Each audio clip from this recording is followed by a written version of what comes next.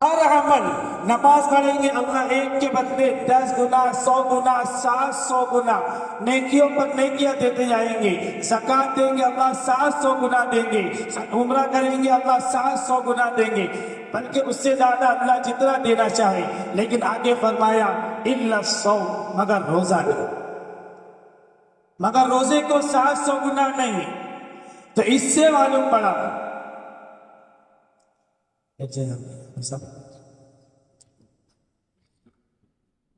الا الصوم، اس سے معلوم پڑا کہ روزے کی کچھ الگ بات ہے، روزے کے لیے کچھ الگ بات ہے کہ ہر عمل کا 700 گنا تک نیکی کا ملنا، لیکن روزے کے لیے نہیں.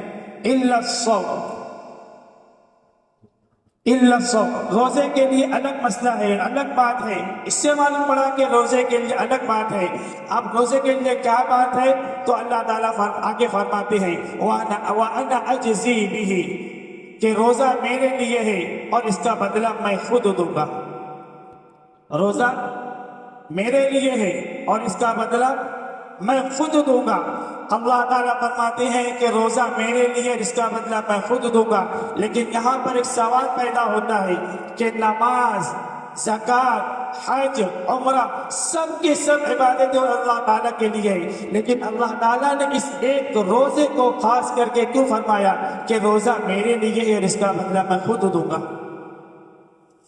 ارے ظاہر سی بات ہے کہ نماز بھی اللہ کے لیے پڑھتے، زکوٰۃ بھی اللہ کے لیے دیتے، عمرہ بھی اللہ کے لیے کرتے، حج بھی اللہ کے لیے کرتے، تو لیکن اس ایک عبادت کو خاص کر کے کیوں فرمایا گیا کہ روزہ میرے لیے ہے اور اس کا بدلہ میں خود دوں گا؟ اس سوال کے جواب میں علماء نے اپنے اپنے انداز میں جواب دیے ہیں تاکہ لوگوں کو سمجھ میں آ جائے کہ روزہ میرے لیے ہے، اس کا بدلہ میں خود دوں گا. سب سے پہلی بات تو یہ ہے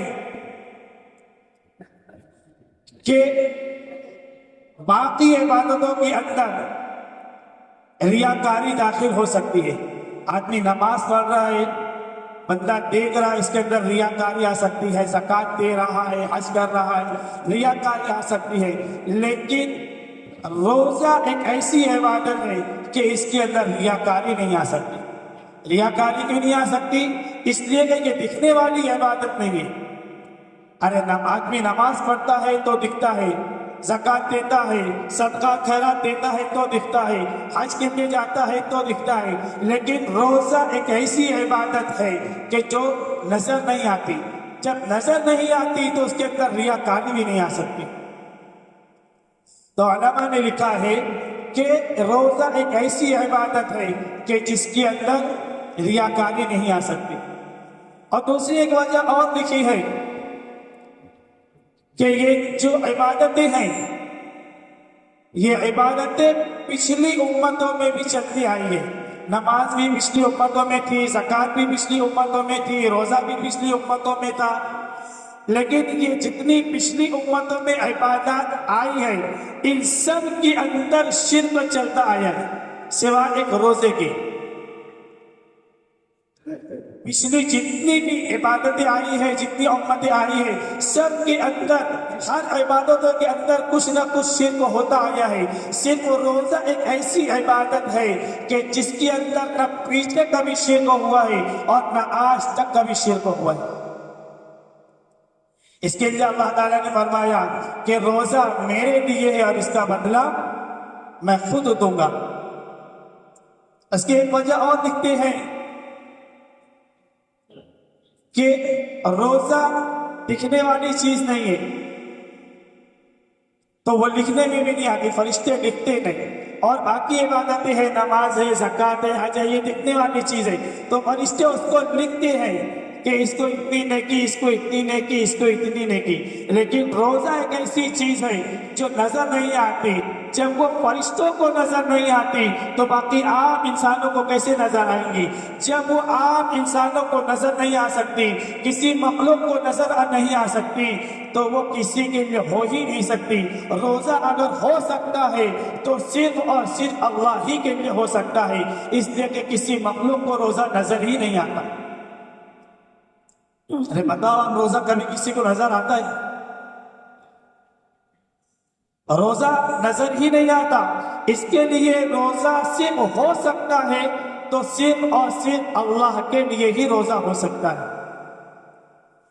تو اللہ تعالیٰ نے فرمایا کہ وَأَنَا أَجْزِي بِهِ، روزہ میرے لیے ہے اور اس کا بدلہ میں خود دوں گا۔ ایک اور وجہ لکھی ہے کہ باقی تمام عبادتوں کے اندر نیکیاں متعین ہیں، معلوم ہے کہ نماز پڑھنے میں اتنی نیکی، حج کرنے میں اتنی نیکی، لیکن روزہ ایک ایسی عبادت ہے جس کی نیکی متعین نہیں، معلوم نہیں۔ تو جب نمازوں کا اور زکوٰۃ کا، حج کا، باقی تمام عبادتوں کی جب نیکی دینے کی باری آتی ہے تو اللہ تعالیٰ فرشتوں کے ذریعے سے دیتی ہے کہ فلاں کو اتنی نیکی دے دے، فلاں کو اتنی نیکی دے دے۔ لیکن جب روزے کا وقت آتا ہے تو اللہ تعالیٰ فرشتوں کو ہٹا دیتی ہے اور خود اپنے ہاتھوں سے دیتی ہے۔ یہ اتنی بڑی عبادت ہے، اس کا اندازہ ہمیں ابھی نہیں ہے۔ اس کا اندازہ ہمیں جب ہماری آنکھ بند ہوگی تو اس کا اندازہ ہمیں ہوگا کہ روزہ کتنی بڑی عبادت ہے۔ ارے روزے کی عبادت کا اس سے ہی اندازہ لگا لیا جائے کہ خود رحمان نے فرما دیا کہ روزہ میرے لیے ہے اور اس کا بدلہ میں خود دوں گا۔ اس سے بڑھ کے اور کیا ہونا؟ جب ہمارا مالک، ہمارا خالق خود کہہ رہا ہے کہ روزہ میرے لیے ہے اور اس کا بدلہ میں خود دوں گا، اب اس سے اور بڑی کیا بات ہو سکتی ہے؟ اس لیے کا ایک اور معنی ہے کہ اللہ تعالیٰ فرماتے ہیں کہ روزہ میرا ہے، روزہ میرا ہے۔ ابھی تک میں نے اس کا معنی کیا تھا کہ روزہ میرے لیے ہے، لیکن اللہ تعالیٰ فرماتے ہیں کہ روزہ میرا ہے۔ اب یہ اللہ تعالیٰ نے بہت بڑی بات کہہ دی کہ روزہ میرا ہے۔ صبح سے شام تک تو بندہ بھوکا پیاسا ہے، روزہ رکھ رہا ہے، لیکن قبولیت کے اتنے اعلیٰ درجے پر ہے کہ اللہ تعالیٰ کہتی ہے کہ تیرا عمل میرا ہے۔ یہ اللہ تعالیٰ کی نوازش ہے۔ صبح سے شام تک بندہ بھوک برداشت کر رہا ہے، پیاس برداشت کر رہا ہے، اپنے خواہشات سے رکا ہوا ہے، لیکن جب مغرب کا وقت قریب آتا ہے تو اللہ تعالیٰ فرماتے ہیں کہ یہ عمل تیرا، عمل میرا ہے۔ اتنا عظیم عمل ہے روزہ، اتنا عظیم عمل ہے، بلکہ اللہ تعالیٰ نے تو یوں فرما دیا کہ روزہ میرا ہے اور اس کا بدلہ میں خود ہوں۔ ابھی تک تو یہ فرمایا تھا کہ اس کا بدلہ میں دوں گا، لیکن اللہ تعالیٰ فرماتے ہیں کہ اس کا بدلہ میں خود ہوں۔ کیونکہ یہ حدیث کی کتابوں کے اندر اعراب زبر زیر پیشنے لگے تو اس کو دو طریقے سے پڑھا گیا، وَأَنَا أَجْزِي بِهِ، کہ اس کا بدلہ میں خود دوں گا، اور ایک جگہ مرتبہ پڑھا گیا وَأَنَا أُجْزَى بِهِ، کہ اس کا بدلہ میں خود ہوں۔ تو بتاؤ جس کو اللہ مل جائے اس کو کیا چیز کی ضرورت پڑے گی؟ جس کو اللہ مل جائے اس کو کیا چیز کی ضرورت پڑے گی؟ اب ہر چیز اس کی ہے، جب ہاتھ اٹھائے جب قبول، جب ہاتھ اٹھائے جب قبول، بس شرط یہ ہے کہ اللہ کو راضی کر لو۔ اس روزے کے ذریعے سے، اس رمضان کی برکتوں سے اللہ کو راضی کر لو کہ وَأَنَا أُجْزَى بِهِ، کہ روزہ میرے لیے ہے، روزہ میرا ہے اور اس کا بدلہ میں خود ہوں۔ لِلصَّائِمِ فَرْحَتَانِ، روزہ داروں کے لیے دوہری خوشی ہے۔ لِلصَّائِمِ فَرْحَتَانِ، روزہ داروں کے لیے دوہری خوشی ہے۔ فَرْحَةٌ عِنْدَ فِطْرِهِ وَفَرْحَةٌ عِنْدَ لِقَاءِ رَبِّهِ، کہ روزہ داروں کے لیے دوہری خوشی ہے۔ دو خوشیاں ہیں روزہ داروں کے لیے، ایک خوشی تو اس کی افطار کے وقت، ایک خوشی اللہ تعالیٰ دنیا کے اندر رکھتی ہے کہ افطار کے وقت اس کو جو خوشی ہوتی ہے اللہ تعالیٰ اس کے سینے میں، اس کے دل میں ایک خوشی ڈال دیتی ہے روزہ افطار کے وقت، کہ جب بندہ افطار کے لیے دسترخوان پہ بیٹھتا ہے تو اس کے دل کے اندر ایک عجیب خوشی ہوتی ہے۔ ارے وہ خوشی ہوتی ہے کہ نہیں؟ خوشی ہوتی ہے۔ آپ دیکھ لینا صبح سے شام تک، ظہر کے بعد سے ہر چہرہ آپ کو مرجھایا ہوا نظر آئے گا، ظہر کے بعد سے 3 بجے 4 بجے سے روزے دار کا چہرہ آپ کو مرجھایا ہوا نظر آئے گا، لیکن جو ہی مغرب کا وقت قریب ہوتا جاتا ہے یہی مرجھایا ہوا چہرہ گلاب کے جیسا کتنا چلا جاتا ہے۔ اگر نہیں غور کرے ہو تو غور کر لینا کہ جب دسترخوان میں بیٹھتے ہیں تو یہی کھلتا ہوا گلاب باقاعدہ ہنسیوں میں تبدیل ہو جاتا ہے۔ اس وقت آپ کو کسی کے چہرے پر غم نظر نہیں آئے گا۔ تو اللہ تعالیٰ افطار کے وقت بندے کے دل کے اندر ایک خوشی ڈال دیتے ہیں، اور ایک خوشی اللہ تعالیٰ اپنی ملاقات میں دیں گے۔ فرحة للصائم فرحتان، فرحة عند فطره وفرحة عند لقاء ربه، اور جب اللہ تعالیٰ سے ملاقات ہوگی اس وقت اللہ تعالیٰ بندے کے دل میں خوشی ڈالیں گے۔ تو اس سے معلوم ہوا کہ روزہ رکھنا اللہ تعالیٰ سے ملاقات کا بھی سبب ہے۔ اتنی بڑی عبادت ہے دوستو کہ کسی عمل کے ذریعے اللہ کی ملاقات ہو یا نہ ہو، لیکن روزے کے ذریعے سے اللہ کی ملاقات ہوگی، اور اس ملاقات میں بھی شرمندگی نہیں ہوگی، اس ملاقات کے اندر خوشی ہوگی۔ للصائم فرحتان، فرحة عند فطره وفرحة عند لقاء ربه، کہ اللہ تعالیٰ روزہ دار کو 2 خوشیاں عطا کریں گے، ایک خوشی دنیا کے اندر اور ایک خوشی اللہ تعالیٰ اپنی ملاقات کے وقت عطا کریں گے۔ 2 خوشیاں ہوں گی۔ یہ اتنی بڑی عبادت ہے کہ کسی عمل سے آپ کو جنت ملے نہ ملے، لیکن روزہ ایک ایسی عبادت ہے کہ اس کے ذریعے سے آپ کو اللہ خود مل جائے۔ جب اللہ مل جائے تو جنت بھی ہماری، سب کچھ ہمارا۔ جب اللہ مل جائے، جب اللہ راضی ہو جائے تو کس بات کا غم؟ کسی بات کا غم نہیں۔ لیکن جہاں ایک بات یاد رکھنا، جہاں روزے کے فضائل اتنے ہیں، جہاں رمضان کے فضائل اتنے ہیں، وہیں پر اس رمضان کی ناقدری کرنے پر عذاب بھی اسی قدر ہے۔ جس کی جتنی فضیلت ہوتی ہے اس کی ناقدری پر اتنے عذاب بھی ہوتے ہیں۔ جیسے میں ابھی آپ سے ایک بات پوچھوں گا کہ حرم میں نماز پڑھنے پر کتنا ثواب ہے؟ 1,00,000 نیکیاں۔ حرم میں نماز پڑھنے پر 1,00,000 نیکیاں ملتی ہے، لیکن اسی حرم کے اندر گناہ کرنے پر اسی قدر گناہ بھی ہے۔ جو جتنا مقام میں ہوتا ہے اعلیٰ، اس کی ناقدری پر اتنے عتاب بھی ہوتے ہیں، اتنے عذاب بھی ہوتے ہیں۔ تو اگر رمضان کے اندر، روزوں کے اندر اللہ تعالیٰ نے اتنی فضیلتیں رکھی ہیں، تو اس رمضان کی، اس روزے کی ناقدری پر اللہ تعالیٰ نے عذاب بھی تیار کر رکھے۔ بڑے ڈرنے کا مقام ہے دوستو کہ رمضان جیسا مقدس مہینہ ہم ناقدری میں گزار دیتے ہیں، ہمیں احساس تک نہیں ہوتا کہ ہم روزہ چھوڑ دیتے ہیں۔ کوئی بات نہیں، دل کے اندر کھٹک تک پیدا نہیں ہوتا کہ روزہ چھوڑ دینے کی وجہ سے مجھے کیا عذاب ہونے والا ہے، اور روزہ رکھنے کی وجہ سے مجھے کیا ہونے والا ہے۔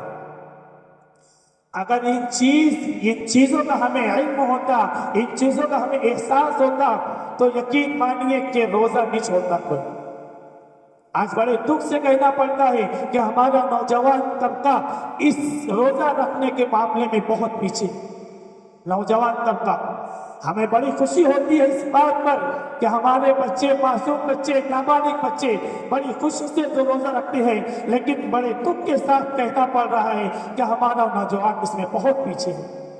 ہمارا نوجوان بہت پیچھے، اللہ معاف کرے، ہمارا نوجوان بہت پیچھے ہے۔ میرے دوست روزہ رکھ لو،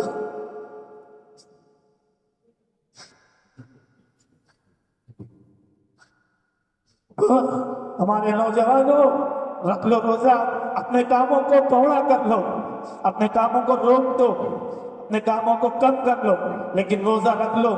جتنے فضائل احادیث کے اندر، قرآن کے اندر رمضان کے آئے ہیں، اگر اس کی ناقدری کرو گے تو اللہ تعالیٰ پھر عذاب بھی دے۔ اگر ایک طرف اللہ تعالیٰ نے جنت بنائی ہے تو ایک طرف دوزخ بھی بنائی ہے۔ یاد رکھنا اگر اللہ تعالیٰ ایک طرف جنت بنائی ہے تو ایک طرف دوزخ بھی بنائی ہے. اگر اس کی شکر گزاری کرو گے، اگر اس کے حکموں پر عمل کرو گے تو اللہ تعالیٰ جنت عطا کریں گے، اور اگر اس کی ناشکری کرو گے اور اگر اللہ تعالیٰ کے احکام کی ناقدری کرو گے تو یاد رکھنا ایک طرف اللہ تعالیٰ نے جہنم بھی تیار کر رکھی ہے. میرے دوستو چند دنوں کی بات ہے، چند دنوں کی بات ہے روزہ رکھنے کے لیے، اور وہ بھی روزہ رکھنے کے لیے ہمارا تو آدھا دن سونے میں چلا جاتا ہے، ہمارا آدھا دن تو سونے میں چلا جاتا ہے. چاہے پورا دن سو لو لیکن روزہ مت چھوڑو میرے دوستو، روزہ مت چھوڑو. یہ بہت اہم عبادت ہے، قبولیت کے اتنے اعلیٰ درجے پر، اتنے اعلیٰ درجے پر ہے کہ اللہ تعالیٰ نے کہہ دیا کہ تیرا عمل میرا ہے. اب اس سے بڑھ کے اور کیا ہونا. تو میرے نوجوان دوستو، میں نے کئی نوجوانوں سے کہا کہ میں روزہ کیوں نہیں رکھتا، تو جواب کیا ملا میں آپ کو بتاتا ہوں. ان کا جواب کیا ملا میں آپ کو بتاتا ہوں. ان کا جواب یہ تھا کہ میں صبح سے شام تک بھوکا رہ لوں گا، صبح سے شام تک میں پیاسا رہ لوں گا، لیکن یہ جو گٹکے کی عادت ہے نا یہ مجھ سے چھوٹتی نہیں. ارے جب تم نے اللہ کے لیے کھانا چھوڑ دیا، پانی چھوڑ دیا، شہوات چھوڑ دی، تو اب یہ گٹکے کی کیا اوقات ہے، کیا اہمیت ہے. حالانکہ وہ کچھ چھوڑتا نہیں، ایسا نہیں ہے، بس وہ ایک بہانہ ہے، روزہ نہیں رکھنے کا بہانہ ہے. جو بات ہے میں صاف صاف کہتا ہوں کہ یہ ایک بہانہ ہے روزہ نہ رکھنے کا. چھوٹی سی بیماری کے لیے، چھوٹی سی بیماری کا بہانہ بنا کے لوگ روزہ چھوڑ دیتے. ہمارے نوجوانوں کے اندر اور ہماری مستورات کے اندر یہ ایک بہت بڑا المیہ ہے کہ روزے سے بہت دور ہے. تو میرے دوستو یہ اللہ تعالیٰ کا حکم ہے، اللہ تعالیٰ کے احکام کی قدر کر لو، اس رمضان کی قدر کر لو، اس روزے کی قدر کر لو. اللہ تعالیٰ ہم تمام لوگوں کو رمضان کی قدر کرنے کی توفیق عطا فرمائے. جو ہمارے ساتھی کسی وجہ سے روزہ نہ رکھ سکتے ہوں، اللہ تعالیٰ ان کی بیماری کو دور کر کے ان کے روزہ رکھنے کی طاقت عطا فرمائے. اللہ تعالیٰ ہمیں اس طرح رمضان المبارک کی رحمتیں، برکتیں، عطیات عطا فرمائے. اللہ تعالیٰ رمضان کی قدر ادا کی توفیق عطا فرمائے. وآخر الدعوانا ان الحمد للہ رب العالمین. جن ساتھیوں نے سنت نہ پڑھی ہو سنت پڑھ لیں.